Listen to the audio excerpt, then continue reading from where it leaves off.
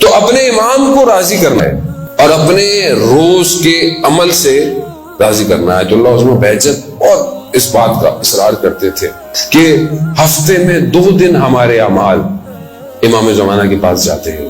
2 دن، ایک پیر کو، ایک جمعرات کو. روایات مختلف ہیں، کہیں 1 دفعہ بھی ہے. کہہ رہے ہیں 2 دفعہ ہمارا عمل امام کی خدمت میں جا رہا ہے.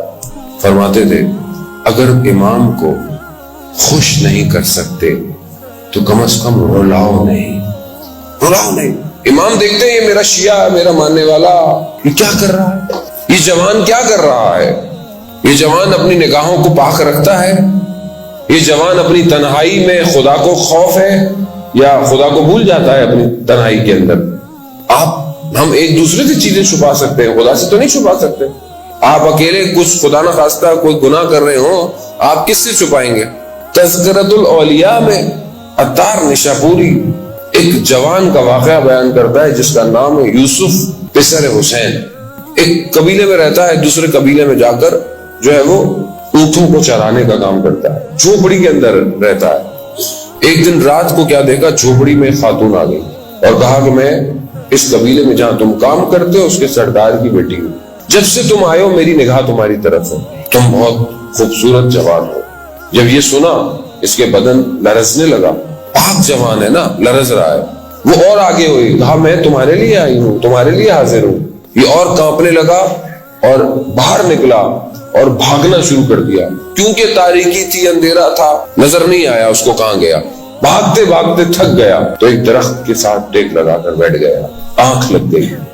خواب میں کیا دیکھا، اچانک سے سبز رنگ کی روشنی آ رہی ہے، کچھ لوگ آ رہے ہیں. کہا کون ہے؟ کہا ہم ملائکہ ہیں. کہا ہمارے ساتھ چلو. ساتھ لے گئے. دیکھا مسند پہ ایک خوبصورت جوان بیٹھا ہے. اس نے کہا آؤ میرے پاس. کہا کون ہے؟ کہا یہ یوسف پیغمبر ہے. کہا میں کہاں اور آپ خدا کے نبی؟ کہا نہیں میرے پاس بیٹھے. کہا جب تم اپنی جھوپڑی سے اس خاتون سے بھاگے ہو، خدا نے مجھے دکھایا ہے تمہیں کہ جس طرح یوسف تم زلیخا سے بھاگے تھے، یہ جوان بھی ویسے ہی بھاگ رہا ہے. اب یہ جوان چاہیے امام کو، یہ حضرت یوسف کی سیرت چاہیے جوان کو کہ کوئی نہیں دیکھ رہا، کوئی نہیں دیکھ رہا. علامہ طباطبائی تفسیر المیزان میں جب اس واقعے کو بیان کرتے ہیں، وہاں کہ جب زلیخا نے یوسف کو کہا تو حضرت یوسف نے زلیخا سے کوئی بات نہیں کی ہے. یہ نہیں کہا زلیخا کو کہ لوگ کیا سوچیں گے، تمہارا شوہر کیا سوچے گا، کچھ نہیں کہا.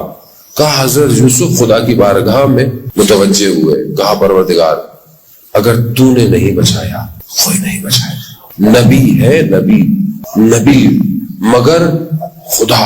کہا یوسف مڑ جاؤ. 7 بند دروازے کھل گئے. خدا جو حضرت یوسف کا تھا کیا آج وہ خدا نہیں ہے؟ خدا تبدیل ہو گیا ہے.